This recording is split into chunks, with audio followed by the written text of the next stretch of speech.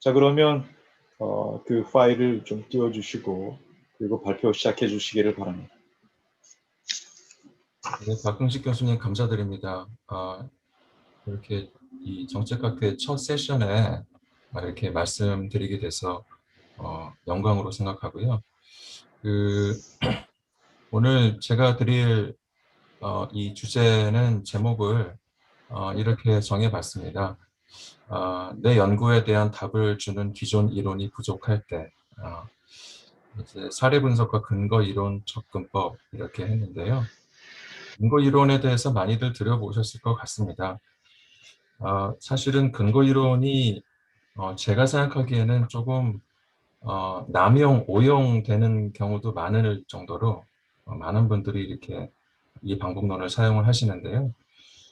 오늘은 제가 수행했던 연구를 중심으로 이 근거 이론의 좀 기본적인 내용과 또 적용 방법에 대해서 말씀을 좀 나눌까 합니다. 제가 사실은 이게 질적 방법 연구는 양적 방법 연구도 물론 그렇습니다만 굉장히 좀 많은 그 연구자들 간의 소통이 좀 많이 필요한 이런 방법이라서 오늘 참석하신 분들께서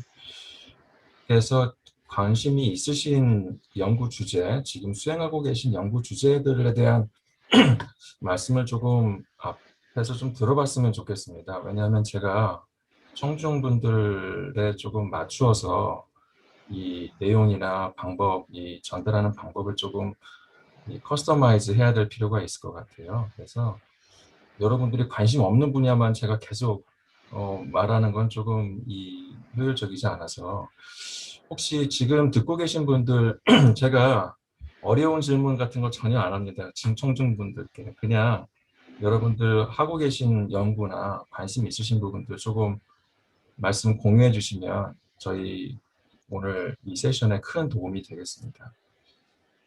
혹시 듣고 계세요? 최민호 선생님 혹시 지금 듣고 계십니까?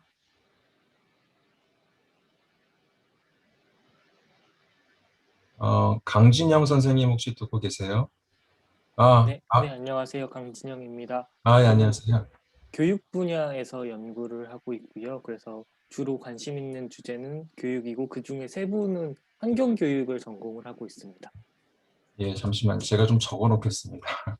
환경교육이요? 네. 환경교육. 그러면은 전공 분야가 어떻게 되시는 거지요? 저는 전공 자체가 이제 환경교육이고요. 그중에서도 환경교육 정책 쪽에 조금 더 관심을 갖고 있습니다. 환경교육 정책이요? 네. 그러면 지금 과정이 박사 수료한 상태입니다. 박사 수료시군요. 네. 죄송합니다. 환경정책이 어느 기관에서 지금 되고 있죠? 그 환경정책. 주로 이제까지는 환경부에 환경교육 팀이 있습니다. 그래서 그쪽에서 주로 진행이 됐었고요. 최근에 이제 탄소 중립 이슈가 부각되면서 교육부 내에서도 환경교육 정책들이 이제 진행되고 법이 이제 만들어지려는 추세에 들어가고 있습니다. 네. 그래서 강 선생님 지금 재학 중이신 학교도 환경교육학과 이렇게 되어 있는 거군요. 네, 저는 서울대학교 환경교육 협동과정 소속입니다. 서울대 협동과정이시군요. 네. 네. 네, 알겠습니다. 예, 감사합니다. 네, 혹시 최민호 선생님 들리시나요?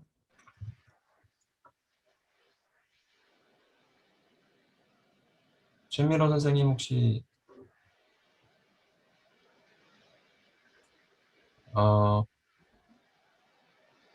지금 김구나 선생님도 지금 들어와 계신 것 같은데 혹시 들리시나요? 네, 잘 들립니다. 네.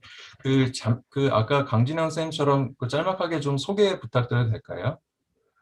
저는 김근아이고, 김근아 펜실베니아 주립대에 행정학 박사과정을 하고 있고, 그 다음에, 저는, 시민 참여에 대해서 가장 큰 흥미를 느끼고 있고, 석사 논문도 그와 관련해서 썼고요.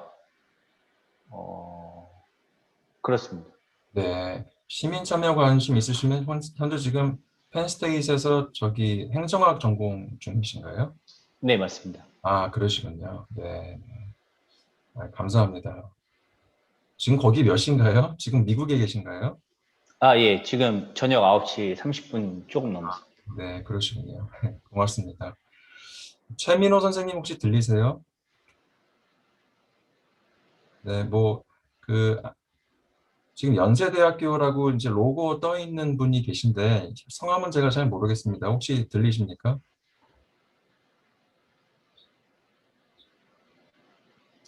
예, 그 참가자분들이 더 추가되는 대로 제가 또 여쭙겠습니다. 제가 이렇게 좀 시간 할애해서 여쭤본 이유 중에 하나는, 이제 또 들어와 계신 분들의 레벨도 제가 조금 고려를 해야 되거든요. 이제 박사과정 분들이 좀 많으신 경우에는 좀 더 이제 아카데믹 리서치 분야로도 좀 신경을 써서 말씀을 드려야 되기 때문에 이렇게 좀 여쭤보게 됐습니다. 실례를 무릅쓰고 여쭤보게 됐습니다. 제가 그러면 다시 슬라이드로 돌아가서 설명을 드리겠습니다. 근데 중간중간 아마 궁금하신 사항이 좀 많이 있으실 텐데 그때그때 질문을 주셔도 도움이 많이 될 것 같습니다. 나중에 그 질문 잊어버리시기 전에 말씀 주시는 것도 좋을 것 같습니다. 그 연구 배경을 조금 말씀을 드리겠습니다. 제가 석사과정을 마치고 이제 박사과정 진학을 할 때, 박사과정은 사실 컴퓨터 시뮬레이션 전공으로 진학을 했습니다. 이제 컴퓨터 시뮬레이션 중에서도 이제 시스템 다이내믹스 전공을 시작을 했는데, 이제 과정을 밟으면서 제가 궁금하게 된 연구 질문이 있었습니다. 그 연구 질문이 여기 적어 놓은 것처럼 그 성공이나 그 실패의 역설적인 특성이 어떻게 작동하는가, 이것이 제 연구 질문이었습니다. 근데 이제 이 연구 질문을 가지게 된 이유는 많이 있습니다만, 여러분 지금 재학 중이신 학교에서도 다 경험하시는 것처럼 굉장히 과정이 힘들지 않습니까? 과정도 힘들고, 그리고 저는 상당히 나이가 들어가지고 공부를 다시 시작했기 때문에 제가 다시 이제 직장 생활을 멈추고 다시 석사부터 다시 공부를 시작한 게 그때가 벌써 35이었거든요. 제 나이로. 35에 다시 석사도 시작하고 박사도 이제 하려다 보니까 굉장히 많이 힘들더라고요. 그래서 그런 경험들 또 여러 가지 사회 현상들 이런 것들을 보면서 실패가 꼭 나쁜 것은 아니더라. 이런 얘기들 많이 하지 않습니까? 그리고 성공도 꼭 항상 유익한 것은 아니더라. 이제 이런 얘기들도 많이 있고. 그러다 보니까 성공과 실패의 역설적인 특성이 어떻게 작동을 하는가. 이 대답을 좀 스스로 하고 싶었는데, 기존에 있는 이론 체계, 그러니까 특히 이제 위험 관리나 위기 관리 같은 기존 이론들에서는 이 질문에 대한 답이 굉장히 제한적이라는 것을 좀 알게 됐습니다. 물론 기존 이론에서도 많은 답을 제공합니다만 굉장히 제한적이었다. 그러다 보니까 그리고 제가 이제 시뮬레이션을 전공을 하다 보니까 컴퓨터 시뮬레이션으로 이것에 대한 답을 조금 찾아보고 이것에 대한 그 탐색적인 연구를 좀 해봤는데 저도 그렇고 제 지도 교수님도 그렇고 이건 시뮬레이션으로 답할 수 있는 연구 질문이 아니다라는 그 결론에 도달을 했습니다. 그래서 제가 이제 거의 부전공격으로 양적 방법론에서 이제 질적 방법론을 이제 추가해서 이 소위 이 근거 이론 방법론도 같이 부전공격으로 공부를 하게 됐습니다. 그 질적 방법론을 쓰게 된 이유는 여기 맨 아래에 이제 나와 있는 것처럼 어떤 새로운 개념, 새로운 변수, 새로운 범주, 새로운 차원들을 탐색할 필요가 있다 할 때 질적 방법론을 많이 씁니다. 제가 그 참여하신 분들께 질문을 가끔 드릴 텐데요. 이 질문은 정답이 있는 질문이 아니고요. 지금 하고 계신 연구에 있어서 그 경험들을 조금 듣고 싶어서 제가 질문들을 조금 드릴 수 있을 것 같습니다. 강진영 선생님, 김강현 선생님께서 그 정보를 공유해 주셨기 때문에 제가 좀 신뢰를 무릅쓰고 말씀을 좀 여쭐게요. 강진영 선생님 혹시 들리세요? 네, 들립니다. 네, 그 혹시 강 선생님 주로 쓰시는 연구 방법론이 어떻게 되시죠? 저도 양적 연구 방법론 주로 쓰고요. 계량 경제 쪽 하고 있습니다. 아, 계량 경제 하시는군요. 네. 네, 네, 네. 감사합니다. 김관호 선생님 경우에는 어떠세요? 어떤 방법론 주로 쓰시나요? 저 같은 경우에는 비교 사례 분석 방법을 많이 쓰고 있습니다. 비교 사례 분석 하시는군요. 네, 네. 네. 그래서 두 분께서 조금 약간 상이한 방법론을 쓰고 계신데, 이제 계량 방법론을 한번 생각을 해보면, 계량 방법론 같은 경우에는, 너무 당연한 얘기지만 데이터가 있어야 되지 않습니까? 수리 데이터가 있어야 되는데, 수리 데이터가 있다는 얘기는 그 수리 데이터를 잘 모았다는 얘기고, 그 잘 모았다는 얘기는 그 변수가 뚜렷하게 있다는 얘기거든요. 우리가 관심을 가지고 이제 매저하고 싶은 그 변수가 뚜렷이 있다는 얘기입니다. 그렇기 때문에 뚜렷한 변수가 있고 많은 사람들이 인정하는 그 어떤 안정된 변수가 있을 경우에 계량 방법론을 쓸 수 있는데 그런 안정적인 변수가 없는 경우에는 계량 방법론을 쓸 수가 없습니다. 왜냐하면 수리 데이터가 존재하지 않거든요. 그런 경우에 이 질적 방법론을 써서 새로운 변수를 찾는 작업들을 많이 하게 됩니다. 한번 이제 이 사례를 한번 공유를 해보면 여러분 많이 아시는 사례라고 생각합니다. 한번 이제 상상을 해보시죠. 이제 새로운 접착제 개발을 담당하고 계시다고 한번 상상을 해보면 신제품의 신제품을 만드셨어요. 신제품을 만들었는데 그게 이제 당초의 기대보다 못 미친다면 이것에 대해서 어떻게 대응할 것인가? 이런 질문을 받는다면 이제 굉장히 많은 종류의 대답들이 있습니다. 첫 번째로는 왜 실패했는가 그 원인을 파악하는 것에 집중하는 분들이 계십니다. 이분들은 대표적으로 위험 관리자분들이세요. 리스크 매니저들이 어떤 실패가 있으면 왜 실패했는지 원인 파악에 굉장히 집중을 하고 그리고 그 어떤 그 프로젝트 전에도 사후에 실패를 줄이기 위해서 어떤 것을 우리가 체크하면서 나아가야 될 것인가 이런 실패의 원인 파악에 집중을 하는 경향이 있습니다. 이것을 위험 관리자라고 하고요. 근데 위기 관리자, 크라이시스 매니저 같은 경우에는 이미 실패가 일어난 이후에 어떻게 이것을 수습할 것인가 여기에 이제 관심을 많이 가집니다. 그래서 위기 관리자들이 대부분 하는 일은 대외적인 사과문을 발표하든지 또는 또 협력 업체들한테 양해를 구한다든지 어떻게 하면 이미 일어난 실패를 수습할 것인가 여기에 많이 관심을 갖습니다. 그런데 이제 제가 지금 말씀드린 사례는 실제로 3M 회사에서 일어난 일인데 이 3M 회사는 조금 다른 어프로치로 이 문제에 접근을 했습니다. 3M은 이 접착력이 기대 못 미친 이 신제품을 포스트잇을 만드는데 이제 활용을 한 겁니다. 너무 강한 접착력이 있다면 사실은 포스트잇이 될 수가 없었던 거거든요. 오히려 접착력이 어중간하기 때문에 너무 약하지도 않고 너무 강하지도 않고 접착력이 어중간했기 때문에 이제 새로운 포스트잇이라는 상품으로 이렇게 발전이 된 경우가 있습니다. 그래서 3M은 이 포스트잇뿐만 아니고 굉장히 많은 상품들이 이런 프로젝트 중간에 일어난 실패들을 재고찰해서 새로운 상품으로 만드는데 굉장히 재주가 좋은 회사입니다. 이제 굉장히 많은 회사들, 그 혁신적인 회사들이 이런 어프로치를 활용을 하고 있죠. 다음 기업들의 한번 공통점을 생각을 해보면 코닥, 노키아, 왕 컴퓨터라고 있죠. 이제 좀 세대 제너레이션 높으신 분들은 아시는 그 메이커인데 왕 컴퓨터, 그리고 블랙베리도 많이 알려져 있죠. 이 기업들의 공통점이라고 한다면 일단은 많은 분들이 아시는 기업입니다. 그 얘기는 뭐냐면 크게 성공했던 기업입니다. 근데 성공했던 기업이라는 게 이제 포인트인데요. 그 성공이 이제 지속되지가 않았던 겁니다.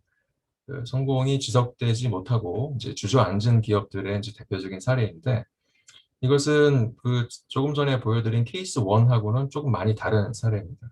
정반대의 사례라고 볼 수 있죠. 실패한 이후에 꺾여서 이제 좀 이렇게 주저앉은 회사들의 경우입니다. 그래서 우리가 많이들 아는 상식들을 좀 정리를 해봤는데요. 뭐 속담일 수도 있고요. 괴로움 뒤에는 기쁨이 있다. 위기는 기회다. 실패는 발명의 어머니다. 또 승자의 저주, 뭐 이런 표현도 있습니다. 특히 이제 그 영어 표현에서는 Lottery Winner's Curse라고 복권 당첨자의 저주, 이런 표현도 있습니다. 복권 당첨자들을 이제 조사를 해봤더니 통계적으로 그 이후에 행복 지수가 계속 유지되는 사람들이 많지 않더라, 예상보다. 그래서 그것을 Lottery Winner's Curse라고 하는데, 그런 승자의 저주도 있습니다. 또 이제 성경 말씀인데 선줄로 생각하는 자는 넘어질까 조심하라, 이런 말씀도 있고요. 이런 속담들이나 격언들이 있습니다. 근데 속담이나 격언, 여러분 이제 우리 석사 박사 과정 그 교육 과정 중에서 많이 들으셨겠습니다만, 특히나 행정학 경우에 행정학이 속담의 학문이냐, 이런 얘기들을 사실은 예전에 많이 했습니다. 이게 뭐냐면 행정학이 많은 그 연구를 거쳐서 그 레슨들을 정리해 가지고 사람들한테 이제 공유를 하는데, 그 레슨들이 과연 속담 수준인 거냐, 과연 격언 수준인 거냐, 이제 그걸 넘어서야 된다라는 게 이제 행정학의 이제 주요 그 문제의식 중에 하나거든요. 속담이란 거는 사실은 굉장히 좋은 얘기지만 굉장히 구체성이 떨어지기 때문에 사회과학적인 그 명제로 활용하기에는 무리가 많이 있습니다. 그래서 사회과학의 명제로 쓰기 위해서는 좀 더 면밀한 명제들로 만들어야 되거든요. 그래서 이것을 좀 더 일반적인 교훈으로 이제 바꿔보면, 먼저 실패는 무엇이 되고 무엇이 안 되는지를 가르쳐 준다. 또 성공보다 실패에서 더 많이 배울 수 있다. 또 실패보다 성공이 더 해로울 수 있다. 자, 이런 여러 가지, 뭐 지금 제가 여기 써놓은 건 제가 만든 말이 아니고요. 이거는 이제 많은 경영학자들, 또 사회과학자들이 그들 논문이나 또 여러 가지 그 글을 통해서 우리한테 이제 공유를 하는 그런 레슨들입니다. 근데 사실 이제 보시는 것처럼 이것조차, 이 명제들조차 사실 충분히 더 구체적이진 않습니다. 그래서 우리가 사회과학 명제라고 하려면, 주장하려면 좀 더 구체적이 되어야 하는데, 그게 이제 제가 갖고 있었던 문제의식이었습니다. 그래서 우리는 대체로 이런 역설적인 상황에 임기응변적으로 대처를 많이들 하는데요. 혹시 화학 원소 주기율표 같은, 여기 밑에 보시는 표처럼 화학 원소 주기율표 같은 실패 관리 또는 성공 관리의 그 프레임워크, 이론 체계를 만들 수 있을까? 이것이 저의 이제 학문적인 그 연구 이 질문이었습니다. 그래서 화학 주기율표, 우리 중고등학교 때 화학 주기율표 이제 외우느라들 고생들 많이 하시잖아요. 근데 일단 외워놓고 나면 여기서부터 그 이 화학 각 엘리멘트들 간의 조합을 통해서 굉장히 많은 좋은 솔루션들이 만들어지는데, 그래서 이런 화학 주기율표 같은 엘리멘트, 아주 그 베이직한 엘리멘트들을 찾을 수 있을까? 다시 말하면 소위 실패 관리의 DNA를 좀 찾아볼 수 있을까? 또는 성공 관리의 DNA를 찾아볼 수 있을까? 이것이 중심적인 그 연구 질문이었습니다. 그래서 제가 사용했던 방법론을 조금 소개를 드리겠습니다. 많이들 아시는 부분이지만 그래도 저희가 on the same page에 있어야 되기 때문에 조금 시간 할애해서 설명을 드리겠습니다. 질적 방법 연구 방법론과 양적 연구 방법론을 한번 이렇게 비교를 해보면, 제가 지금 이렇게 정리해 놓은 이 각 방법론의 특징이 대체로 그렇다는 것이지 항상 그렇다는 건 아닙니다. 대체로 질적 연구 방법론은 이런 특징들이 있다. 양적 연구 방법론은 이런 특징들이 있다. 대체적인 이제 특징들을 정리해 놓은 겁니다. 우선 질적 연구 방법론의 인식론이나 철학을 한번 살펴보면 구성주의라고 할 수가 있습니다. 구성주의라는 건 뭐냐면 현실 세계의 어떤 현실이라는 것이 이미 존재하는 어떤 고정된 현실이 아니라 그것을 바라보는 해석하는 사람의 해석에 의해서 재구성될 수 있다. 이런 철학이거든요. 이런 구성주의가 질적 연구 방법론의 기본적인 철학이 되겠습니다. 반면에 양적 연구 방법론 같은 경우에는 신실증주의라고 해서 여러분 아시는 것처럼 제가 좀 펜을 쓰겠습니다. 여러분 아마 집중하기가 오랜 시간 동안 쉽지 않으실 것 같아서 말 그대로 리얼리티는 저 너머에 있다. 어떤 고정된 리얼리티가 있다. 다만 우리가 해야 될 것은 그 액츄얼 리얼리티를 다만 발견하는 것뿐이다. 그게 이제 실증주의적인 접근이 되겠고요.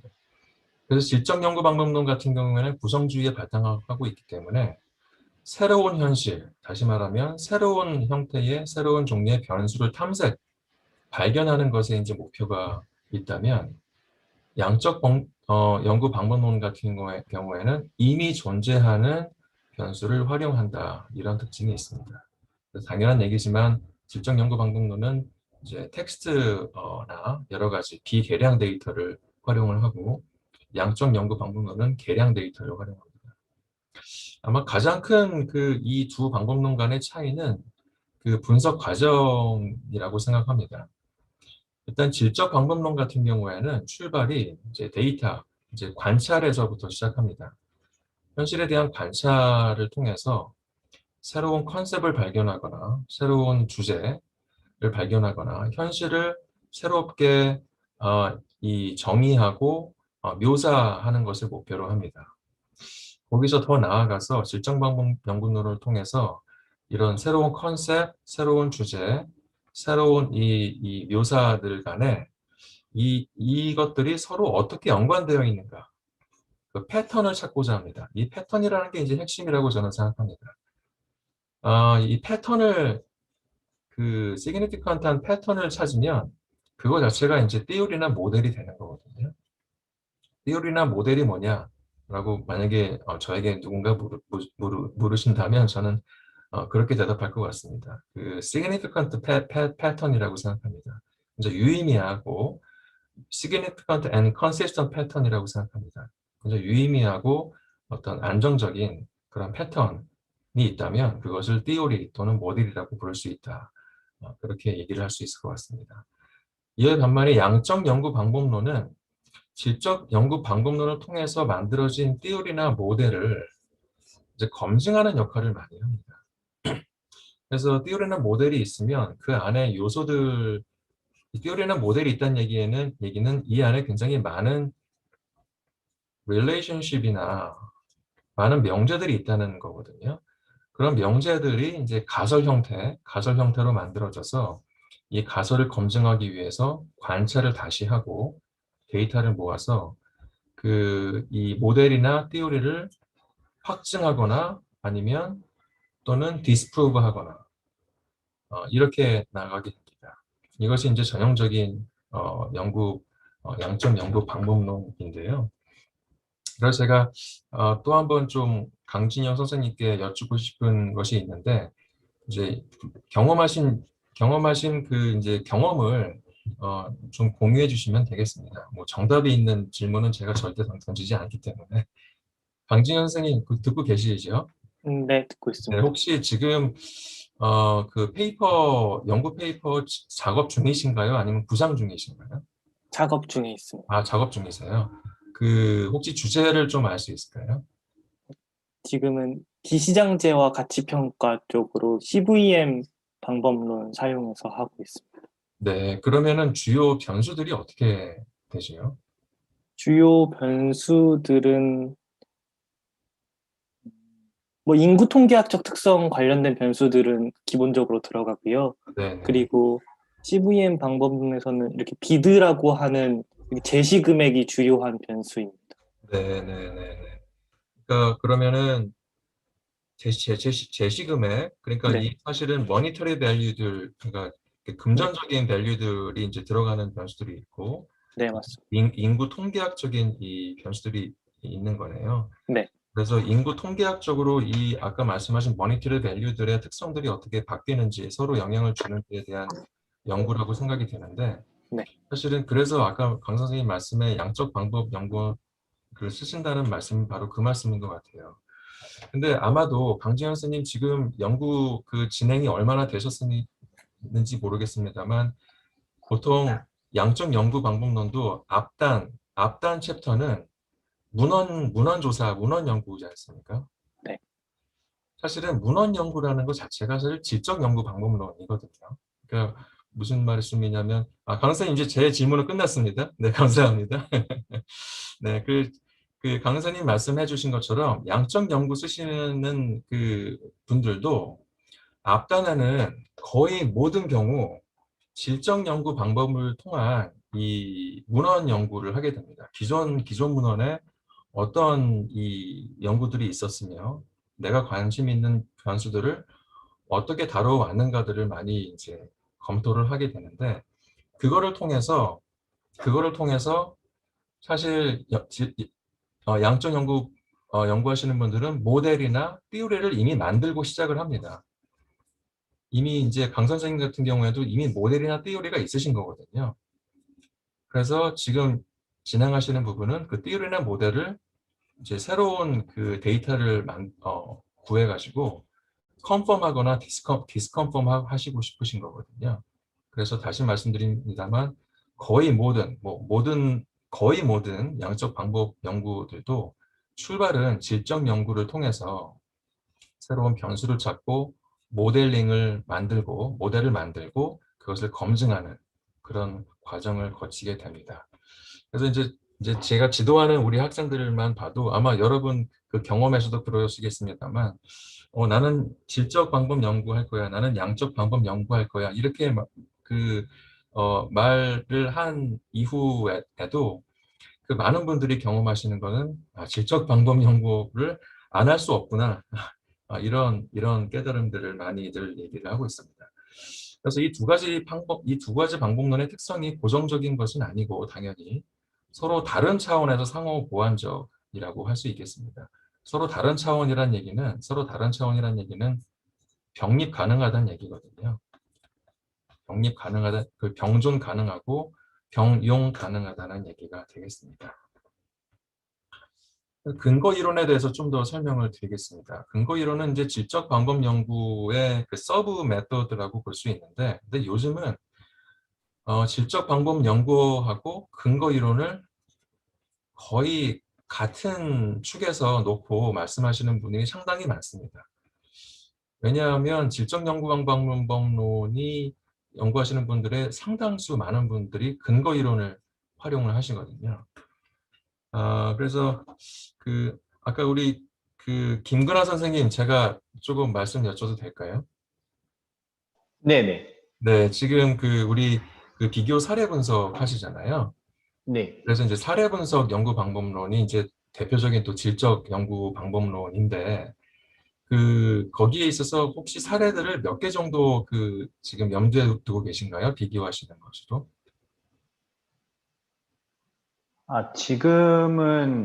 지금 쓰려고 하는 작업 중인 논문은 그냥 하나의 사례에 대한 이야기고요. 네네네네.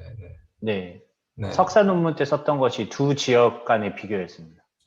그러시군요. 네.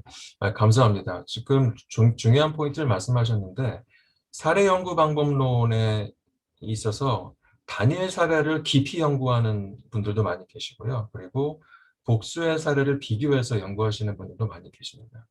근데 이런 분들도 많이 계시고, 요즘은 이 질적 방법 연구 중에서도 근거 이론을 활용하시는 분들이 많이 계세요. 그래서 이거 잠시 좀 소개를 드리면 글레이저라는 분하고 스트라우스라는 분이 1967년에 책을 하나 이제 쓰시는데 이런 제목의 책을 쓰셨습니다. 이 책이 근거 이론의 창시가 되는 그 저서 중에 하나다라고 보편적으로 인정을 받고 있습니다. 그래서 글레이저와 스트라우스가 근거 이론의 창시자들이다 이렇게 말을 하는데 글쎄요, 저는 개인적으로 이 말엔 좀 어폐가 있다고 생각합니다. 왜냐하면 창시하셨다기보다는 개념화하셨다고 쓰는 개념화했다고 하는 게 더 맞을 것 같습니다. 왜냐하면 근거 이론이라는 어프로치 자체가 제 생각에는 태초부터 있어 왔거든요.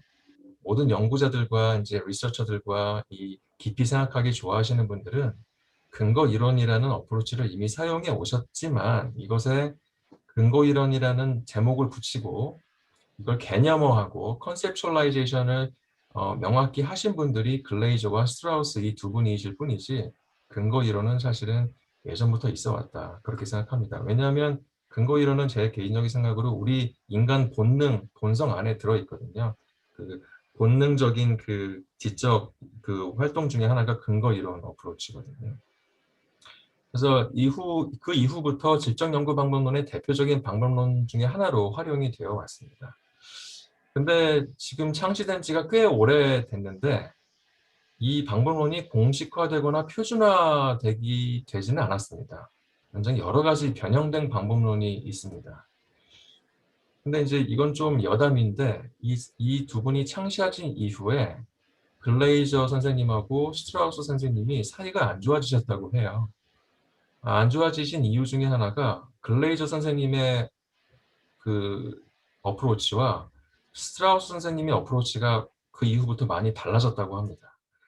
그래서 글레이저 학파, 뭐 스트라우스 학파, 뭐 이런 식으로 거의 뭐 분파가 생길 정도로 조금 이렇게 같은 근거 이론이지만 많이 달라졌다. 그런 얘기들을 하고 있습니다.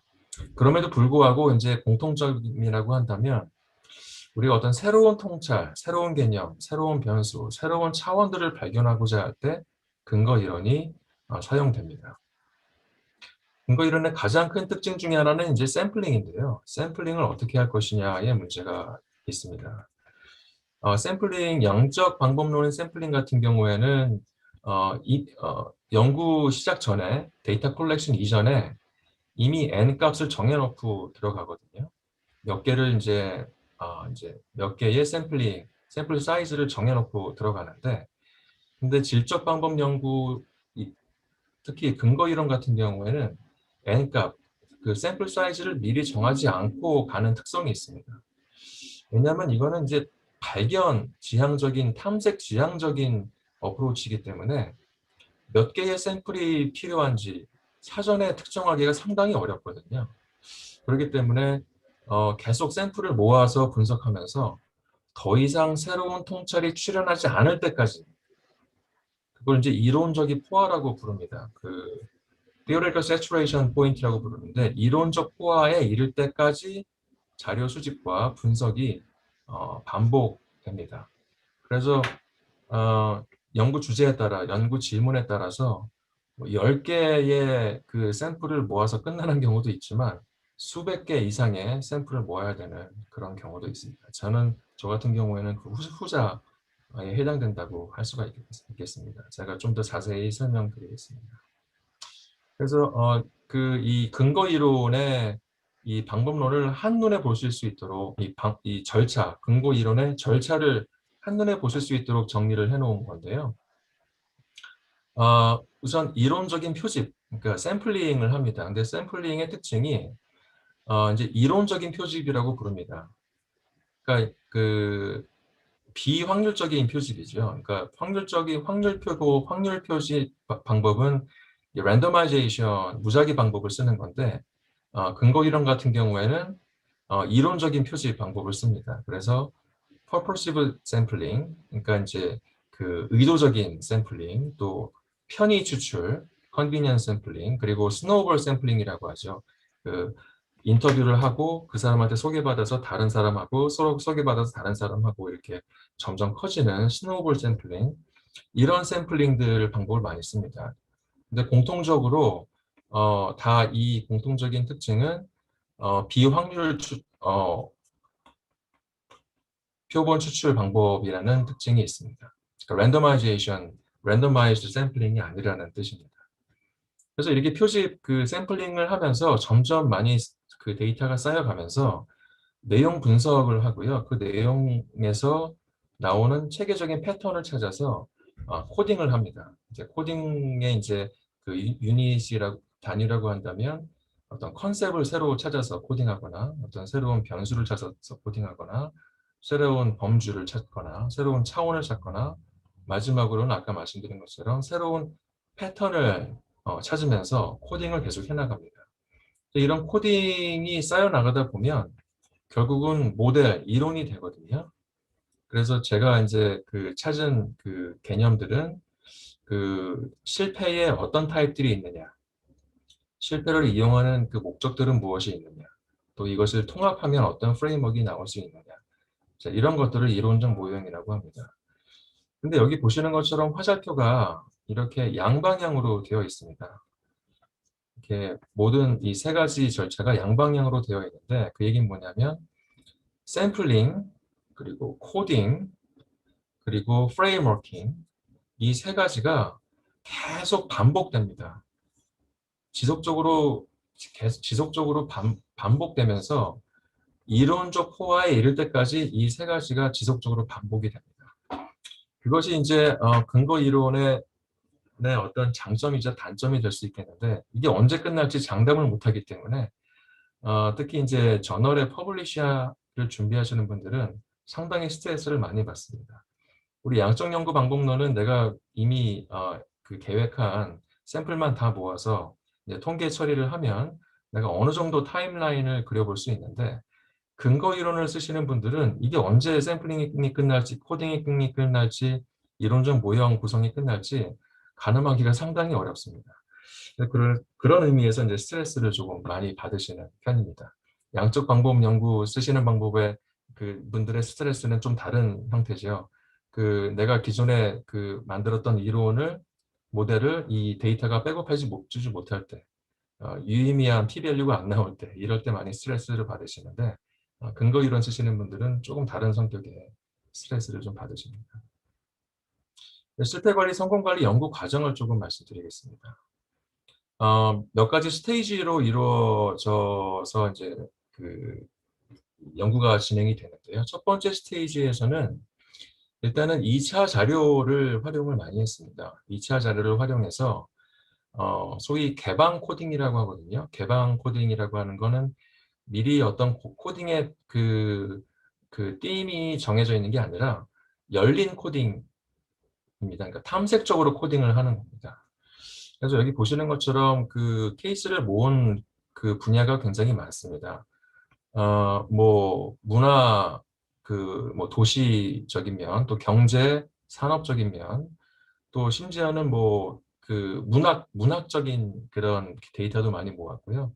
군사 전략적인 그 케이스, 그리고 자연과학 케이스, 그리고 또 정치, 정책, 정부 케이스, 심지어는 이제 문화산업, 엔터테인먼트 산업에 대한 케이스들로 많이 좀 모았습니다.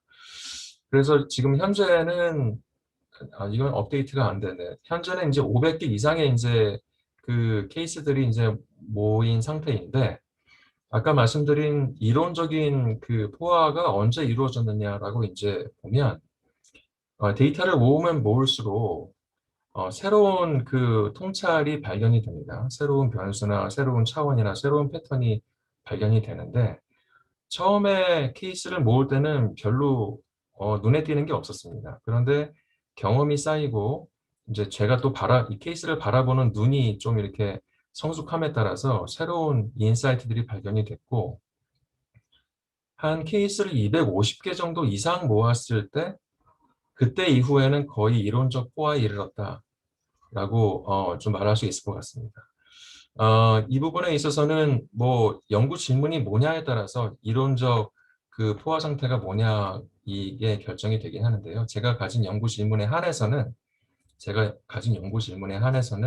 이론적 포화가 250개 정도 이상을 모았을 때는 어느 정도 달성이 됐다. 근데 그 이후에도 계속 케이스를 모은 이유는 내가 스스로 생각하기에는 이론적 포화가 됐지만 혹시 모르는 새로운 인사이트들도 있을 수 있기 때문에 지금도 계속 데이터를 케이스들을 만날 때마다 모으고 있습니다. 두 번째 스테이지에 있어서는 아까는 개방형 코딩이라고 했는데요. 두 번째 스테이지부터는 좀 선택적인 코딩을 했습니다. 이것도 이제 2차 자료를 활용한 건데요. 2차 자료는 굉장히 좋은 데이터베이스가 있었습니다. 여러분 많이 아시는 것처럼 케네디 스쿨에서 운영하는 그 케이스 데이터베이스가 있거든요. 케이스 데이터베이스가 있는데, 저는 전공이 정책 행정학이기 때문에 그 중에서 가장 가까운 이 비영리 이 관리와 관련된 non-profit 케이스가 122개가 있었습니다. 2012년 기준으로요. 근데 122개 중에서 내 주제하고 관련이 있느냐를 따져서 40개를 추려냈고요. 그 중에서도 이것이 정말 그 사례들, 각 policy 도메인들을 대표할 수 있는 대표성이 있는 사례들이냐, 이것을 기준으로 17개를 다시 추려냈습니다. 그리고 마지막으로는 이 사례들 안에서 내가 대답하고자 하는 그 실패관리, 성공관리의 질문들을 대답할 수 있는 클루들이 분명히 있느냐, 이것들을 기준으로 다시 12개의 케이스로 이제 좁혔습니다. 그래서 여기 보시는 이 기관들이 최종적으로 샘플링된 표집 기관들인데요. 뭐 레드크로스, 적십자부터 굉장히 많은, 사실 인터내셔널 그 조직들이 거의 다입니다. 여러분 뭐 들어보신 조직도 많이 있을 것 같고요. 그 다음 이제 마지막 스테이지에서는 1차 자료를 활용했습니다. 스테이지 1하고 2에서는 2차 자료들 위주로 했기 때문에 사실은 현장의 목소리를 좀 더 생생하게 들어볼 필요가 있었거든요. 그래서 인터뷰가 이제 대표적인 1차 자료 이 방법론 중에 하나인데, 아까 강 선생님 말씀하신 그 양적 연구 방법론에 있어서 1차 자료라고 한다면 이제 직접 모은 그 양적 데이터, 예를 들면 뭐 우리 센서스나 또 여러 가지 경제 데이터, 직접 모은 데이터, 또 서베이도 그 리커트 스케일을 활용한 서베이 같은 경우에도 대표적인 1차 자료 방법론이 되겠죠. 저는 이제 질적 방법 연구이기 때문에 인터뷰 방법을 써서 1차 자료를 모았고, 그것을 이론적인 코딩, 이제 이 이론적인 코딩이라는 거는 그동안 발견해 놓은 것들을 좀 더 컨펌 하거나 디스컨펌 하기 위한 목적으로 하는 코딩입니다.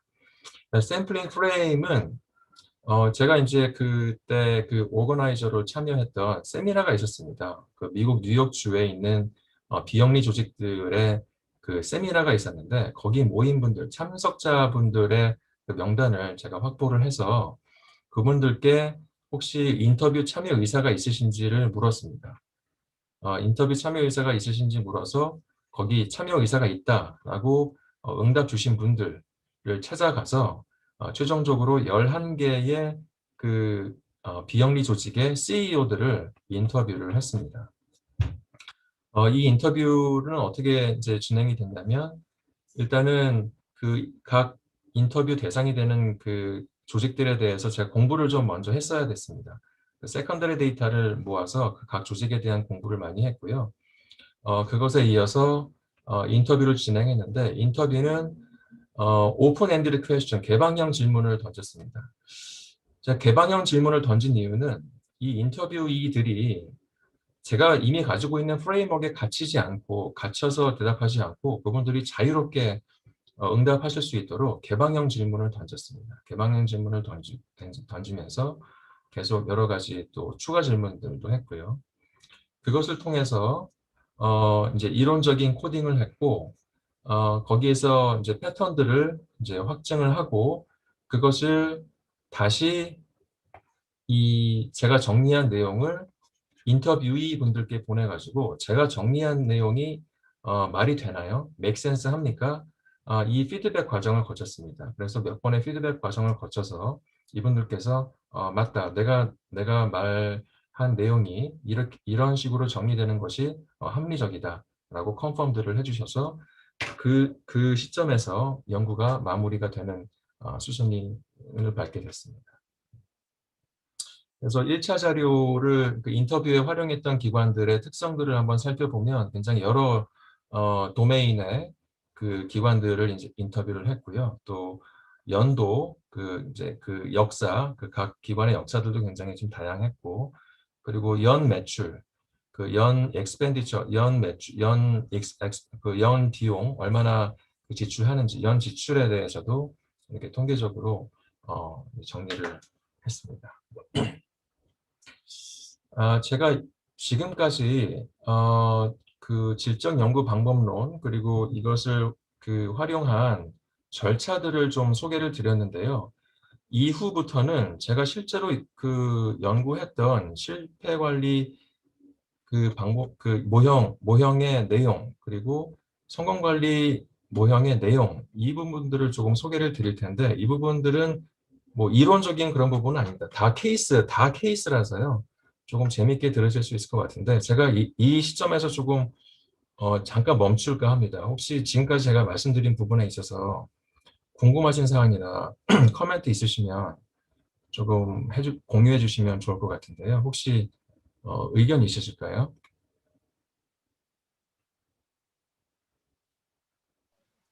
네. 김근아입니다. 네네. 네. 그 근거 이론 스테이지 1에 대해서 이제 얘기를 해주셨는데요. 데이터 컬렉션이 이론적 포화에 이를 때까지 한다라는 걸 이제 말씀해 주셨는데, 네네. 이거를 듣고 이제 제가 생각난 거는 그걸 통해서 코딩을 하고 변수를 만들고 패턴을 파악하고 프레임워크를 만든다고 하셨는데, 네. 이게 듣기에는 메타 분석이나 네. 시스터매틱 리뷰랑 굉장히 유사하다라고 맞습니다. 들릴 수 있는 것 같아요. 예. 그래서 혹시 그거에 대해서 어떻게 차이가 있나요? 근거 이론이라는 것과 아니면 저희가 아는 메타 어널리시스나 아니면 시스테매틱 리뷰랑 차이가 있을까요? 굉장히 좋은 포인트 말씀하셨네요. 제가 지금 김 선생님 말씀하신 바로 그 이유 때문에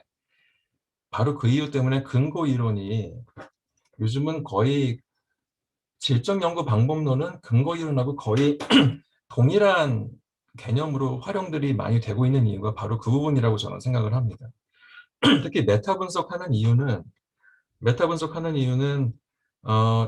기존에 있는 리터러처들이 발견하지 못한 새로운 인사이트를 내가 이제 발견하기 위해서 하는 거잖아요. 그 면에 있어서 메타 분석 자체가 근거 이론의 성격을 많이 갖고 있다고 저는 생각을 하거든요.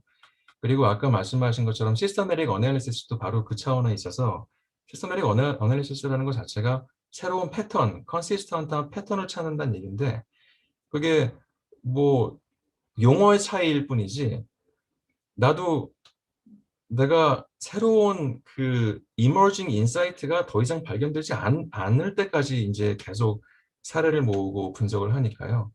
그런 이유에 있어서 저는 용어의 차이가 가장 크다고 생각하지 내용적으로는 그렇게 큰 차이가 있지 않다고 저는 생각을 합니다. 감사합니다. 네. 질적 방법 연구하시는 분들 간에 아까 제가 말씀드렸잖아요. 글레이저하고 스트라우스 이 두 선생님의 사이가 안 좋아졌다고. 이 두 분이 근거 이론을 같이 창시하셨는데 서로 다른 방법, 구체적인 차원에 있어서 다른 방법론을 조금 주장하셔서 사이가 안 좋아졌는데, 후대에 다른 다른 후대의 연구자들이 이 논쟁을 살펴볼 때는 소모적이고 필요 없는 논쟁이었다라는 의견들도 꽤 있습니다. 왜냐하면 표현의 차이일 뿐이지 실제로는 같은 얘기하고 있는 거 아니냐, 이런 얘기를 많이 하는데, 양적 연구 방법론 같은 경우에는 용어나 방법론의 표준화가 많이 되어 있습니다. 그런 의미에서 별로 이론의 여지가 없는 방법론이나 이런 절차들이 많이 있는데, 질적 방법 연구는 그런 면에서 좀 취약한 면이 많이 있는 것 같습니다. 같은 방법론, 같은 절차인데도 불구하고 조금 다른 용어를 쓰기 때문에 이거 다른 거 아닌가? 이제 이런 오해를 불러일으킬 수 있는 방법이 있어서, 그런 여지가 있어서, 그 부분도 질적 연구 방법 하시는 분들이 스트레스를 받는 꼭지 중에 하나라고 저는 생각합니다. 질적 연구 방법 쓰셔서 만약에 저널에 투고하시게 되면 아마도 그런 느끼실 겁니다. 심사하시는 분들이 심사평을 보내주시는데 심사평이 이런 경우가 많습니다. 이거를 왜 이런 방법론을 쓰고 이 개념을 썼느냐 이제 이렇게 묻는데 사실은 바로 내가 하고 싶었던 방법론이 방법이 그 심사해 주신 분이 지적하신 바로 그 방법이거든요. 그러니까 무슨 얘기냐면 이제 용어의 차이 때문에 방법론 자체가 다른 것처럼 느껴지는 경우가 질병방법 연구에 많이 있어서 그 부분에 있어서 좀 애로사항들을 많이 느끼시는 것 같습니다. 혹시 다른 코멘트 질문 있으실까요? 제가 뭐 오늘 성공관리, 실패관리, 오늘 방법론 세미나이기 때문에 이 성공관리, 실패관리 그 모형의 내용보다는 이쪽 방법론 쪽에 좀 더 방점을 두고 좀 이렇게 말씀을 드리고 있는데 혹시 다른 의견 있으시면 또 부탁드립니다.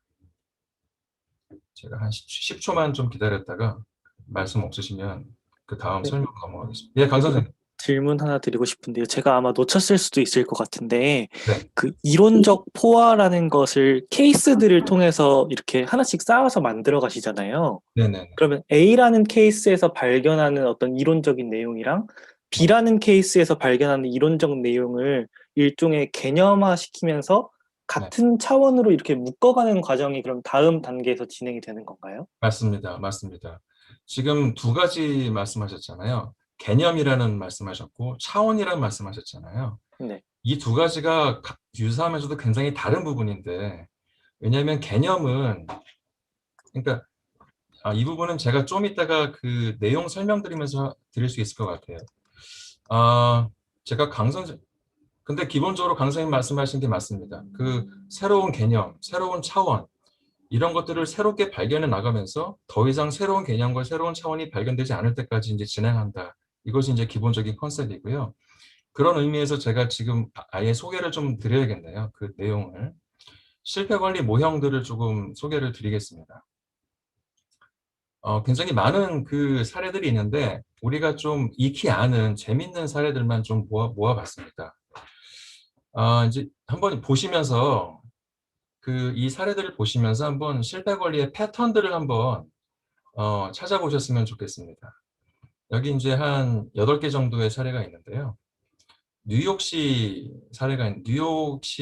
이제 관광 가시면 거기 이제 하이라인이라고 있습니다. 하이라인이 뭐냐면 뉴욕 맨하탄 안에 굉장히 오래된 철로가 있거든요. 예전에 맨하탄은 공장지대였기 때문에 그 공장에 이제 화물들을 운송하기 위한 철로가 맨하탄 중심가에 이렇게 있었습니다. 근데 맨하탄에 이제 공장가가 이제 없어졌기 때문에 그 철로가 이제 버려졌었거든요. 근데 이 철로를 이제 철거하고 뭐 새롭게 재갱신하려면 너무 많은 돈이 드는 거죠. 그래서 이거를 철거하려고 했던 계획을 바꿔서 이 하이라인이라는 새로운 공원으로 만들었습니다.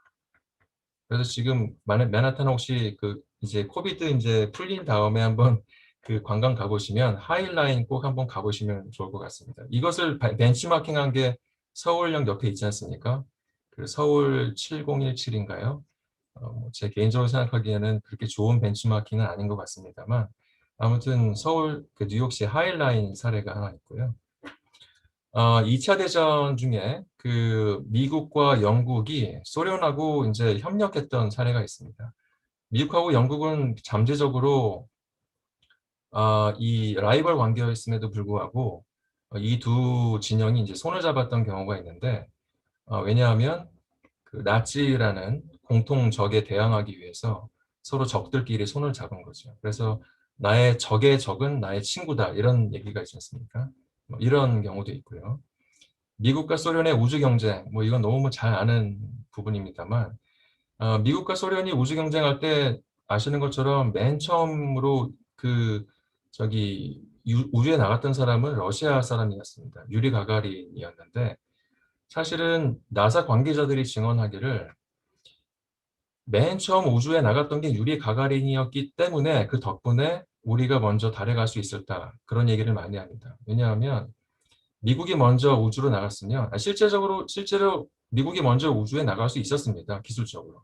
근데 이제 여러 가지 정치적인 이유 때문에 늦어져서 그 사이에 구소련이 비집고 이제 유리 가가린을 먼저 우주에 보냈는데 유리 가가린이 먼저 우주에 나간 덕분에 나사가 그러니까 이 내셔널 시큐리티 문제가 된 거거든요. 국가 안보 문제가 돼서 나사가 이 아폴로 프로그램을 위해서 그 의회에 제출한 예산안에 단 1달러도 깎이지 않고 그대로 승인이 다 됐습니다. 그래서 나사 관리자들이 이제 얘기하기를 우리가 처음으로 우주 나가는 그 경쟁에 진 덕분에 우리가 먼저 달에 갈 수 있었다. 그런 얘기를 많이 합니다. 혹시 유도 우리 이제 올림픽이나 이런 경기 보시면서 많이 보셨을 텐데 유도 매니지먼트라고 있습니다. 하버드 비즈니스 리뷰에 이제 나왔던 그런 아티클인데 유도 매니지먼트가 뭐냐면 유도가 다른 격투기하고 다른 차이점이 뭐냐면 복싱이나 태권도 같은 경우에는 상대방을 이제 쳐서 쓰러뜨리는 게 위닝 시큐릿인데 유도 같은 경우에는 쳐서 넘어뜨리는 게 아니라 상대방의 몸무게를 역이용하는 거거든요. 상대방이 사실 무거우면 무거울수록 넘어뜨리기가 쉽습니다. 왜냐하면 그 사람의 중심만 무너뜨리면 되거든요. 그래서 이렇게 상대방의 힘을 역이용하는 것을 이제 유도 경영, 유도 매니지먼트라고 많이들 부르고 있습니다. 스티브 잡스와 아이폰 4S. 제가 지금 설명드리면서 약간 한 가지 말씀을 드려야 되는 게 과연 실패와 성공의 조작적 정의가 무엇이냐 이게 굉장히 중요합니다. Operational definition이 뭐냐. 이제 제가 조작적으로 정의한 바는 예를 들어서 사람의 경우에 사람이 완전히 죽거나 완전히 굉장히 장애에 이제 시달리게 되거나 불치병에 걸리거나 이런 경우뿐만 아니고 또 기업의 경우에 완전히 문을 닫거나 도산을 하거나 꼭 이런 토털 로스라고 하죠. 토털 로스 경우뿐만 아니라 내가 나의 기대 수준에 미치지 못한 현실, 그것을 모두 이제 실패라고 오퍼레이셔널 데피니션을 했습니다. 성공은 그거하고 반대고요. 그 부분은 제가 다음 페이지에서 설명을 드리겠습니다. 스티브 잡스 아이폰 4S 말씀드리다 말았죠. 스티브 잡스가 이제 돌아가시기 전에 기억하시는 분들 계시겠습니다만 아이폰 4S가 이제 시장에 출시가 됐는데요. 아이폰 4에 이어서 아이폰 4S가 엄청나게 많은 비판을 받았습니다. 아이폰 팬들로부터. 왜냐하면 아이폰 4하고 아이폰 4S 사이에 별로 큰 차이가 없었거든요. 그래서 이게 혁신이냐, 애플의 혁신은 다 어디 간 거냐 이런 식으로 많이 비판을 받았는데 근데 공교롭게 아이폰 4S가 그렇게 집중 포화를 받는 그 시점에 스티브 잡스가 이제 돌아가셨죠. 근데 애플이 사실은 좀 스티브 잡스의 죽음을 애도하면서 아이폰 4S를 스티브 잡스의 마지막 유작으로 선전을 대대적으로 합니다. 그래서 기억나시겠습니다만 스티브 잡스 돌아가신 이후에 아이폰 4S의 세일즈가 급등을 해서 지금 아마 아이폰 4S 사시려면 엄청나게 많은 돈 주고 사셔야 될 겁니다. 애플이 굉장히 야같죠. 그런 강점이자 약점인 그런 특성을 가지고 있습니다. 포스트잇은 말씀드렸고요. 몇 년 전에 코카콜라의 새로운 CEO가 이제 취임을 하셨는데 그분이 이제 취임하시자마자 직원들한테 던진 일성이 make mistakes였습니다. 실수해라 였습니다. 왜 그런 말을 했는지는 짐작들을 하실 것 같습니다. 왜냐하면 코카콜라 저만 해도 생각해 보면 근래 몇 년 동안 예전에 신제품이 나온 거를 거의 기억하기가 어렵습니다. 코카콜라가 자신의 이제 성공에 안주했다라고 새로운 CEO가 판단한 것 같습니다. 그래서 실수를 하더라도 새로운 도전을 좀 해보자 이런 의미에서 make mistakes 이런 일성을 던졌는데 우리가 많이 아는 사례들 몇 가지를 이제 공유를 드렸습니다. 이렇게 하나하나 케이스들을 이제 발견해 나가다 보면 이 케이스 안에 숨어 있는 실패 관리의 요소는 뭘까, 또 성공 관리의 요소는 뭘까, 이제 이런 궁금증을 가지게 됩니다. 그래서 프레임워크를 한번 만들어 볼까 이런 생각을 가지게 되는데요. 실패 관리 모형이 이제 여러 가지가 있습니다만 첫 번째 모형을 좀 설명드리면 말씀드린 것처럼 조작적 정의를 설명드리겠습니다. 실패는 나의 목표나 기대보다 열등한 현실 상태, 또 성공은 목표나 기대보다 우월한 현실 상태를 가리키고요. 이거는 사전에 있는 데피니션이 아니라 저의 조작적 정의입니다. 그 실패 관리는 실패의 이로운 점을 체계적으로 인식하고 이용하는 방법. 성공 관리는 성공의 해로운 점을 체계적으로 인식하고 막는 방법. 이렇게 조작적 정의를 했습니다. 그래서 아까 우리 그 강진현 선생님 질문하신 부분에 대한 좀 부분적인 그 답변이 될 수 있지 않을까 싶습니다. 여기 보시는 것처럼 케이스를 모으면서 발견한 패턴들이 있는데요. 크게 가장 큰 두 가지 이 디멘션 차원은 첫 번째는 실패의 유형입니다. 어떤 유형의 실패들이 있는가. 그래서 어떤 게 우리가 모자랄 때 실패했다고 느끼고 어떤 게 넘칠 때도 실패했다고 느낍니다. 이제 그 가장 큰 대표적인 얘가 이제 홍수거든요. 물이 부족해도 가뭄으로 그 어려움을 겪지만 물이 너무 넘쳐도 우리가 관리할 수 있는 수준을 넘어서 물이 넘쳐도 이제 그걸 실패라고 여길 수가 있고요. 그리고 근데 모자람과 넘침 이 두 가지는 다 크로스 섹셔널입니다. 어떤 특정 시점에서의 그 실패 그 유형들이고 across time 그 어떤 긴 타임 호라이즌을 기준으로 보면 비일관성도 우리는 실패라고 보는 경우가 많이 있습니다. 왜 이렇게 그 안정적이지 못하지? 왜 이렇게 왔다 갔다 하지? 그러니까 비일관성일 때, 어떤 게 비일관적인 특성을 가질 때도 실패라고 간주하는 경우가 많습니다. 두 번째 디멘션은 실패를 활용하는 용도, 실패를 어떤 용도에 활용하는가인데요. 첫 번째는 가장 대표적으로는 실패를 통해서 뭔가 배울 수 있다. 이거는 뭐 너무나 많이들 아시는 상식입니다. 근데 이제 케이스를 보다 보니까 배움이라는 것만으로는 다 커버가 안 되는 다른 용도들이 많이 보였습니다. 그 중에 하나가 실패를 활용해서 뭔가를 지킬 수가 있고 또 뭔가를 바꿀 수가 있고 또 해로운 것을 막을 수가 있고 또 어떤 이로운 것을 끌어들일 수가 있고 또 어떤 그 이로운 것들끼리 해로운 것들끼리 상호 보충할 수가 있더라. 그래서 크게 6가지의 용도, 실패의 용도와 3가지의 실패 유형. 그래서 이렇게 그 프레임워크를 보면 여기 각 셀이 각각의 실패 관리 방법을 나타내는데 크게 보면 16가지의 방법론이 있더라. 실패를 이용하는.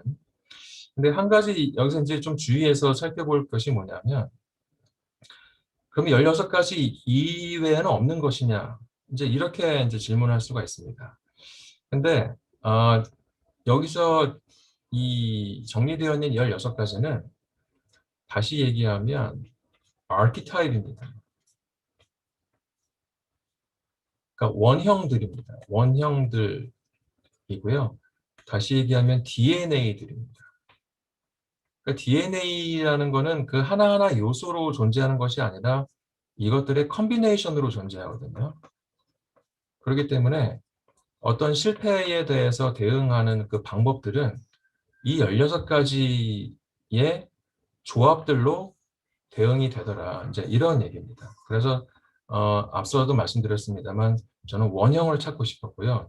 이제 비유적으로 얘기하면 실패 관리의 DNA를 찾고 싶었다. 이런 말씀을 좀 드립니다. 그래서 아까 강지현 선생님 질문 주신 부분, 그럼 과연 이론적인 포화라는 게 어떤 그 포인트를 말하는 것인가? 제 프레임워크 첫 번째의 경우에는 실패의 유형의 차원에서 그리고 실패의 용도의 차원에서 이 3가지, 6가지가 제가 그 다다랐던 세츄레이션 포인트 이렇게 말씀을 드릴 수 있을 것 같습니다.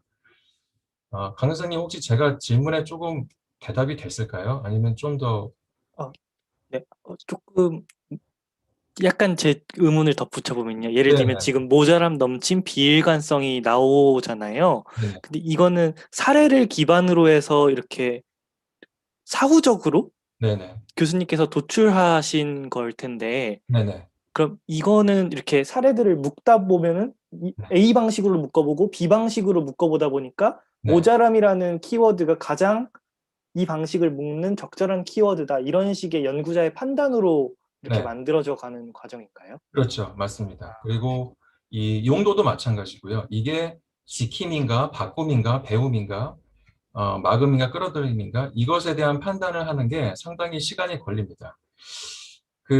말씀하셔서 생각이 나는데, 아까 제가 글레이저하고 스트라우스의 싸움을 말씀드렸는데, 굉장히 중요한 포인트를 말씀 주셔서 제가 추가 설명드리겠습니다.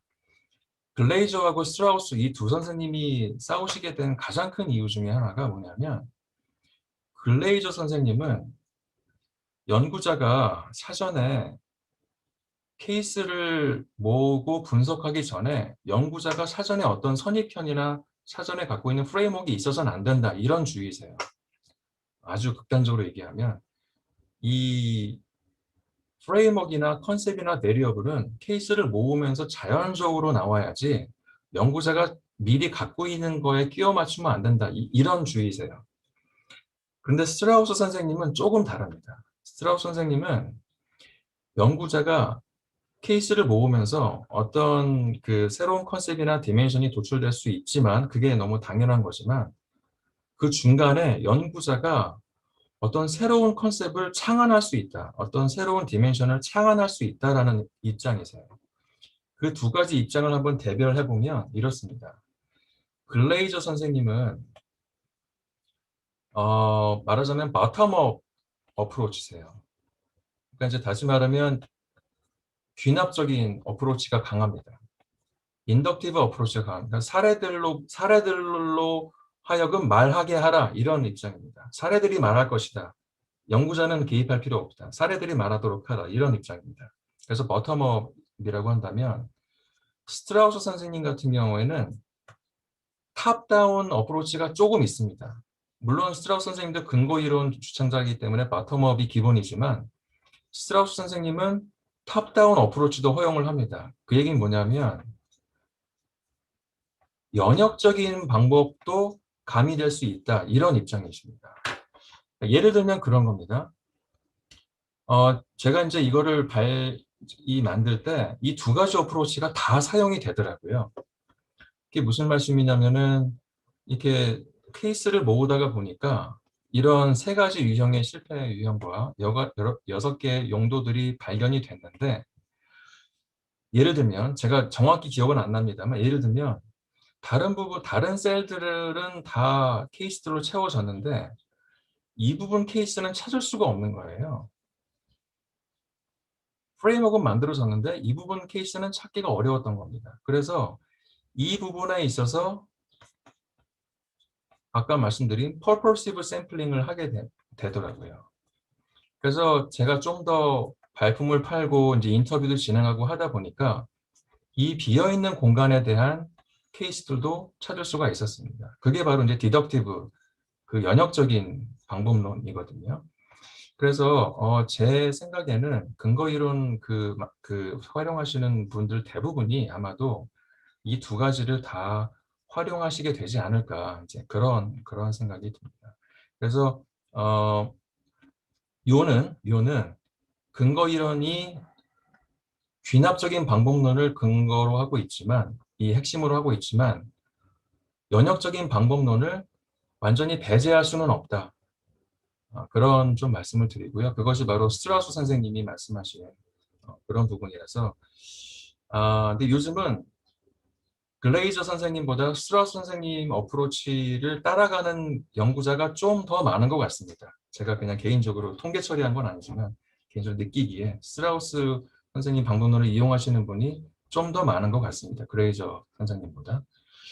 그런 생각이 좀 듭니다. 강 선생님 혹시 제가 감사합니다. 네, 고맙습니다.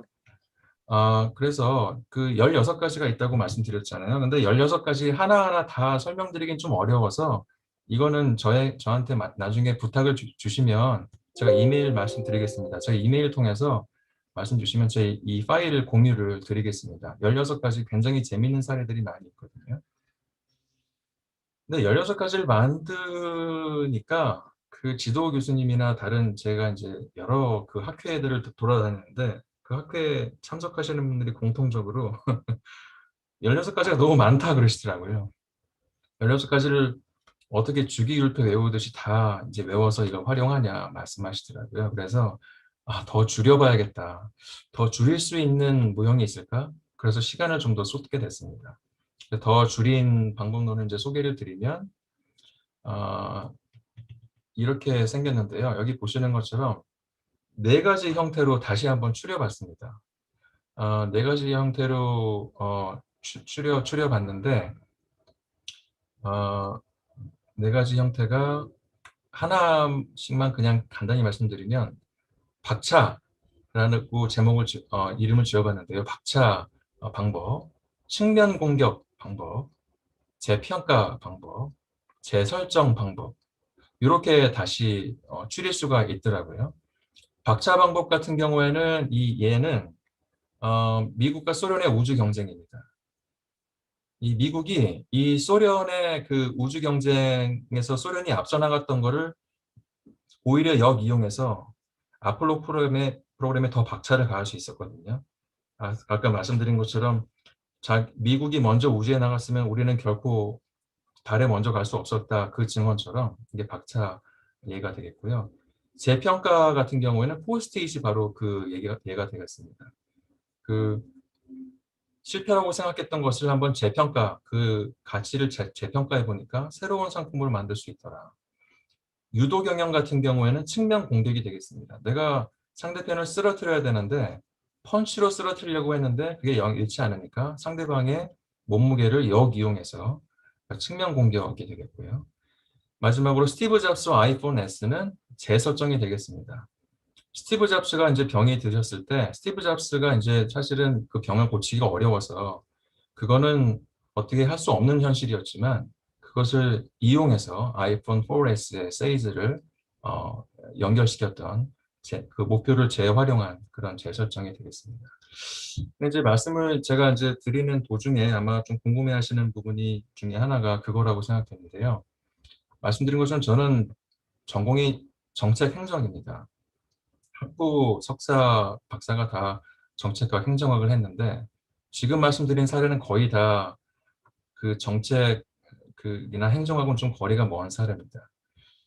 근데 이 부분이 이제 저의 난점 중에 하나였습니다. 왜냐하면 제가 갖고 있는 연구 질문은 있는데 그리고 제 전공은 정책 행정인데 정책 행정 분야에서는 실패 사례와 성공 사례를 발견한 그 모으기가 너무너무 어렵습니다. 우리 정책 행정 전공하시는 선생님들, 교수님들, 박사님들 아마 공감하실 것 같은데 케이스 모으기가 정말 어렵습니다. 왜냐하면 여러 가지 이유가 있습니다만 정책 행정에서 실패라고 낙인 찍힌 수가 없기 때문에 어떤 그 케이스도 실패라고 말하지 않고요. 성공도 사실은 비슷합니다. 그래서 어쩔 수 없이 좀 더 그 데이터가 많은 비즈니스 분야나 다른 분야에 조금 이렇게 눈을 조금 돌려서 비즈니스 스쿨에 있는 교수님과 함께 이렇게 이쪽 비즈니스 도메인에 있는 케이스들을 위주로 연구를 진행을 많이 했습니다. 그런데 4가지 유형으로 축소를 했는데 또 이제 비판이 좀 있었어요. 그 4가지도 많다. 좀 더 줄여봐라. 그래서 만든 게 이제 마지막 이제 모형인데 3가지 대비 방안이 있습니다. 어떻게 하면 우리가 실패 관리를 할 수 있느냐, 실패에 더 잘 대비할 수 있느냐, 그 3가지로 이제 말씀드리면 첫 번째 계획된 실패 관리, 두 번째 준비된 실패 관리, 세 번째 임기응변적 실패 관리. 이렇게 나눌 수가 있었습니다. 각각의 실패 관리는 상당히 다른 절차들을 거쳐서 진행이 되는데요. 이건 역시 근거 이론 어프로치를 통해서 만들었고 계획된 실패 관리의 예는 스티브 잡스의 죽음과 아이폰 4S가 되겠고요. 왜냐하면 애플은 스티브 잡스의 그 죽음을 미리 알고 있었고 미리 마케팅 수단들을 마련해 놓고 있었기 때문에 계획된 실패 관리라고 할 수 있겠고 코카콜라 CEO가 실패하라라고 메시지를 던진 것은 준비된 실패 관리라고 할 수 있겠고요. 임기응변제 실패 관리는 포스트잇의 탄생이 그 예가 될 수 있겠습니다.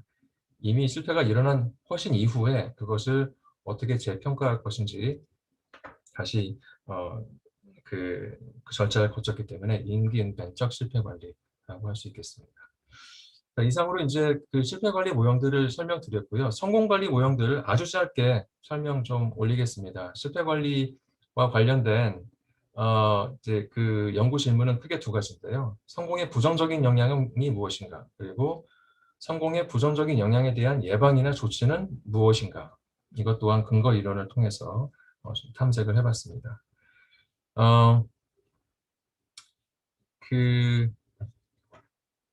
그래서 성공의 부정적인 영향을 한번 정리를 해보니까 케이스를 모으면서 정리를 해보니까 여러 가지 차원들이 발견이 됐습니다.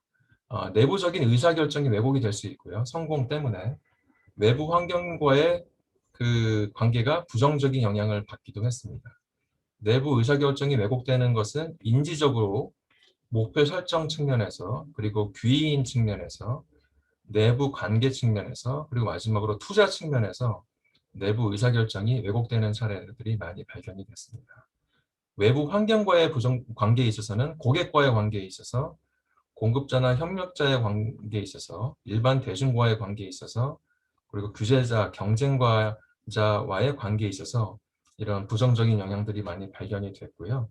그러면 이것에 대해서 어떻게 대응할 것이냐, 그 대응 방법을 한번 그 정리를 해보면 한번 그 케이스들을 분석해 보니까 크게 형용사, 명사로 나눌 수가 있었습니다. 근데 형용사들을 한번 집단 분석으로 이렇게 모아 보니까 공통적으로 성공 관리를 잘했던 조직들은 이런 형용사적인 특성을 갖고 있었습니다. 사명 중심으로 조직이 운영이 되더라. 근데 진실한 운영을 하더라. 단순한 목표 설정을 하더라. 객관적인 절차들을 운영하더라. 새로운 것을 계속 추구하더라. 반복되는 절차, 더블 체크 절차들을 마련하더라. 다단계의 의사결정을 거치더라. 그리고 종합적인 시각을 항상 유지하더라. 역설적인 영향을 항상 고려하더라. 그리고 딜레마를 끌어안기 위해서 소위 우리가 음양, 태극기에 있는 음양이지 않습니까? 음양의 어프로치를 항상 견지하더라. 이런 특징들이 보였습니다. 그래서 그 많이들 우리가 활용하는 SWOT 어널리시스 있지 않습니까? 수학 분석이 있는데 수학 분석에 이 실패 관리와 성공 관리의 프레임워크를 한번 적용해 봤더니 기존의 수학 분석의 틀이 이렇게 있다면 이것을 여기에 성공 관리와 실패 관리를 접목시켜 봤더니 이렇게 새로운 변수들이 발견이 됐습니다. 그래서 이것을 정리해서 이것도 아티클로 만들었고요. 이제 마지막 그 슬라이드 말씀드리겠습니다. 이것이 이제 그 성공 관리, 실패 관리가 갖는 이론적인 큰 함의 중에 하나라고 생각합니다. 위험 관리와 위기 관리는 이미 존재를 하고 있는 프레임워크인데요. 위험 관리는 사전에 실패를 방지하는 것에 초점을 맞추고 위기 관리는 발생하고 있는 실패를 최소화하는 것에 초점을 맞춘다면 실패 관리와 성공 관리는 이미 발생한 실패와 성공의 역설적인 영향을 관리하는 어프로치다. 이렇게 말할 수 있겠고요. 좀 더 철학적이고 세계관적으로 설명을 한다면 위험 관리나 위기 관리는 어려움을 피하는 것에 방점을 둔다면 실패 관리와 성공 관리는 어려움을 소중히 여기는 것에 방점을 두는 어프로치다라고 소개를 좀 드리고 싶습니다. 제가 이제 설명 마치면서 이제 관련해서 그동안 퍼블리케이션이 좀 있었습니다. 여기 보시는 것처럼 성공 관리, 실패 관리에 대한 퍼블리케이션이 이제 좀 감사하게도 SSCI 그 비즈니스 저널들에 좀 실린 바가 있고요. 그리고 최근에는 이거를 한국 공문으로 번역을 해서 책을 하나 출판을 했습니다. 실패 관리와 성공 관리라는 제목의 책으로 출판했는데 혹시 관심 있으신 분 계시면 저한테 연락을 주시면 제가 보내드리겠습니다. 사지 마시고요. 책 별로 비싸지도 않은데 저한테 연락 주시면 제가 보내드리도록 하겠습니다. 제가 좀 Q&A 시간도 좀 고려해서 좀 여기서 좀 마무리하려고 하는데요. 혹시 또 다른 코멘트나 질문 있으시면 좀 부탁드립니다. 끝인가요? 네, 교수님. 네, 고맙습니다. 장시간 정말 중요한 발표 고맙습니다. 자, 그러면 시간이 한 18분 정도 남았습니다. 진행하시는 동안 강의하시면서 질문도 받고 그러셔서 이렇게 막 질문이 많지는 않을 거라고 생각을 합니다. 질문해 주시죠. 제가 먼저 질문해도 괜찮겠습니까? 네, 네. 네, 예. 김근아입니다. 발표 잘 들었습니다. 마지막에 성공 관리에 대해서 얘기하시기 전에 이제 말씀하셨던 게, 행정학에서는 실패나 성공, 케이스가 실패한 케이스인지 성공한 케이스인지에 대해서 말하기 어렵지만, 경영학에서는 이것을 좀 더 쉽게 알아볼 수 있다라고 말씀하셨는데요. 제가 판단하기에는 분명히 행정학에서도 성공이라고 저희가 생각할 수 있는 케이스들이 꽤 있고, 그래서 그걸 통해서 이제 다른 지자체라든지 다른 국가에서 그거에 대해 벤치마킹을 하는 사례가 굉장히 많습니다, 생각보다. 그런데 이제 혹시나 교수님께서 그런 말씀을 하셨던, 그러니까 행정학에서는 이게 딱 성공이다 실패다 말하기 어렵지만 경영학에서는 상대적으로 그렇지 않다라고 말씀하신 혹시 그 배경을 제가 좀 알 수 있을까요? 네, 감사합니다. 사실은 굉장히 고민을 많이 하게 되는 지점이었습니다. 제가 이제 데이터 콜렉션을 해야 되니까 행정 정책에서 케이스를 모아야 되는데, 이제 말씀드린 것처럼 제 연구 질문 자체가 조금 역설적인 질문입니다. 그러니까 실패한 경우에 그것을 어떻게 딛고 이제 다시 업워드로 이제 다시 올라갔느냐, 또 다른 것은 성공했는데 그것 때문에 어떻게 주저앉았느냐, 이런 역설적인 부분이었거든요. 근데 이제 정책 행정학에 있는 케이스들의 많은 경우 이 역설적인 부분을 묘사하기가 굉장히 리스크가 큽니다. 제 개인적으로 생각하기에.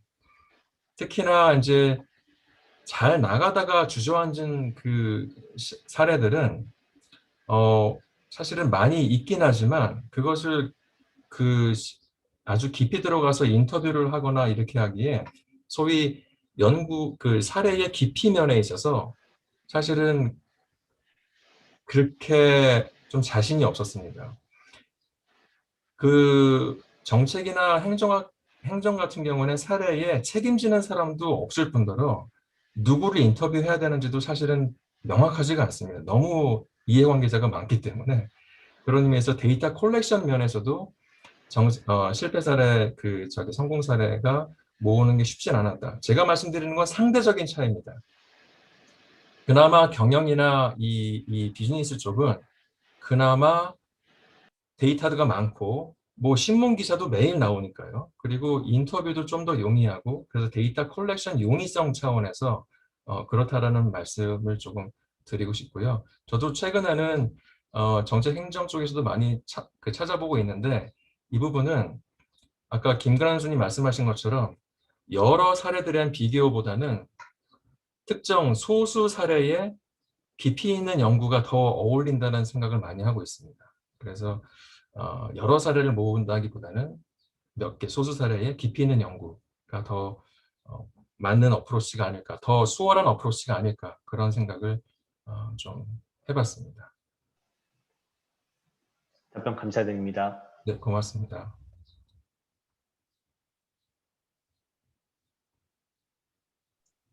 저도 질문 하나 추가로 드려도 괜찮을까요? 네, 강지현 선생님. 네. 네, 오늘 너무 유익한 강의 감사드립니다. 이 과정 자체를 어떤 일종의 프로그램이나 단계로 하는지가 약간 실질적으로 궁금했는데요. 네. 전에 이제 질적 연구 코딩 하시는 분들 보면은 뭐 엑셀 같은 거 사용하시는 분들도 있고요. 조금 더 전문적인 프로그램 쓰는 분들도 있었는데 교수님께서는 어떤 일종의 툴을 사용하셨는지 한번 여쭙고 싶습니다. 제가 잊어버리고 지나갈 뻔했네요. 감사합니다.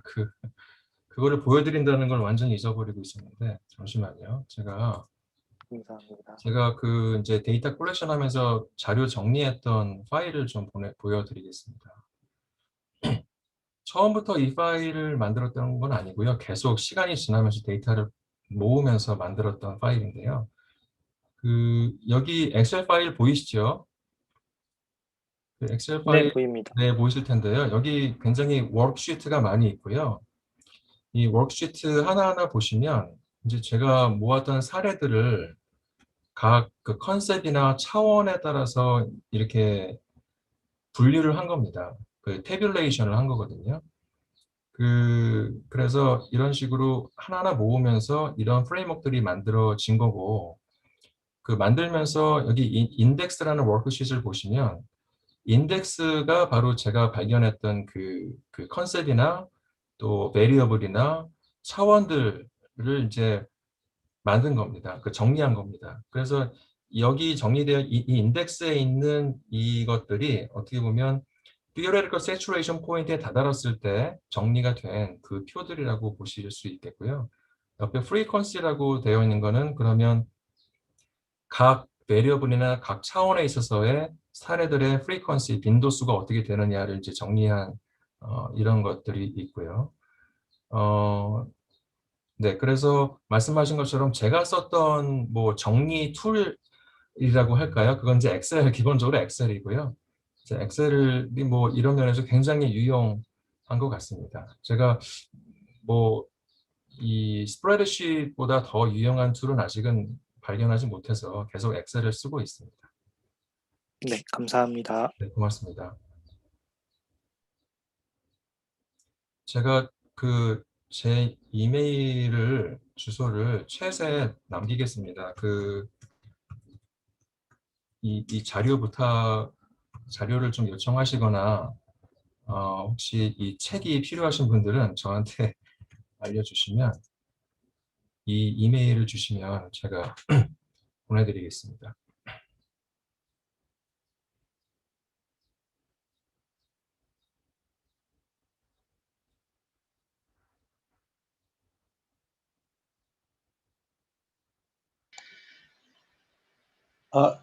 질문 답변 다 하셨나요? 제가 링크가 불안전해서. 예, 교수님, 제가 답변 드렸습니다. 네. 고맙습니다. 그러면 또 다른 분 질문 받겠습니다. 시간이 아직 한 10분 더 남았네요.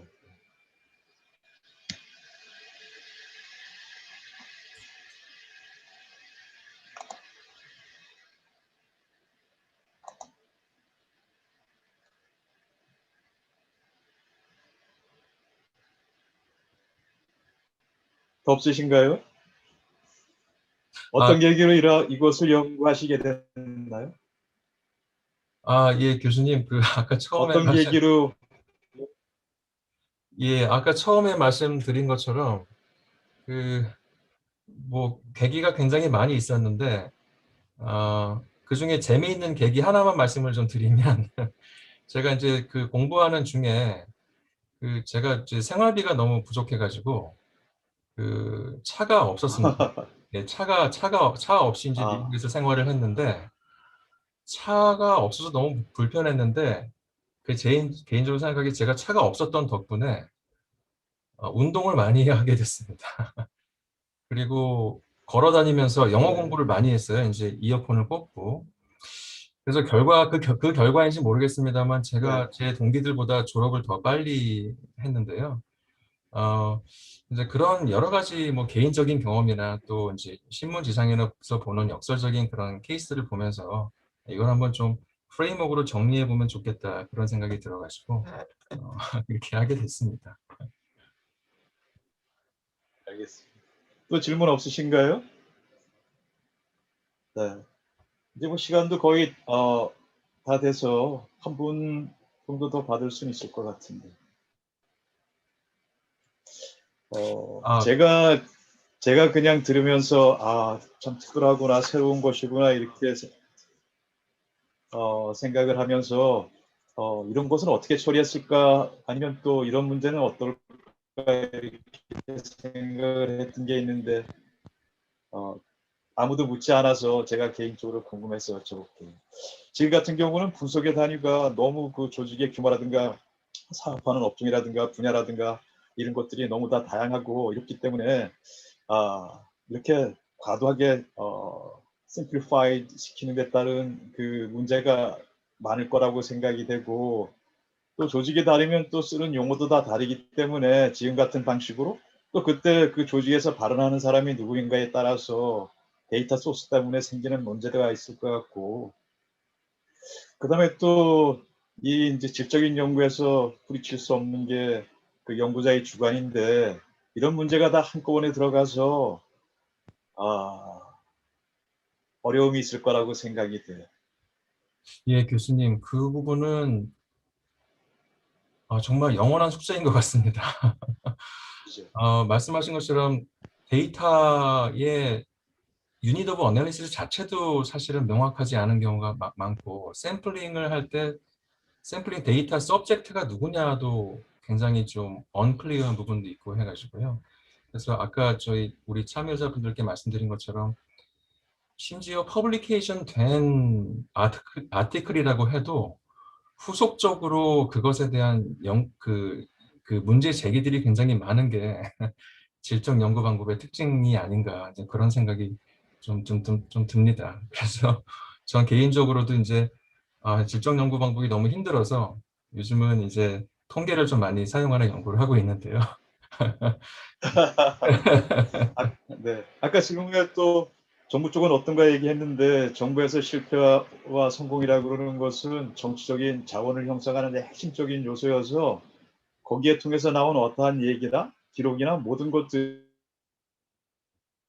반영하는 것을 피할 수 없기 때문에 이 질적 연구는 데이터 소스뿐만 아니라 해석도 진짜 어려울 거라고 저는 생각이 듭니다. 예, 저도 동감합니다. 데이터도 얻기가 어렵고, 얻었어도 그 데이터의 진실성 문제도 있지 않을까, 그런 생각이 듭니다. 네, 어쨌든 중요한 주제고, 지금까지 또 나오지 않았던 여러 가지 이슈들을 가지고 나오셔서 발표해 주시고, 또 개인적으로는 많은 성과도 내고 계셔서 발표해 주셔서 또 감사하게 생각을 합니다.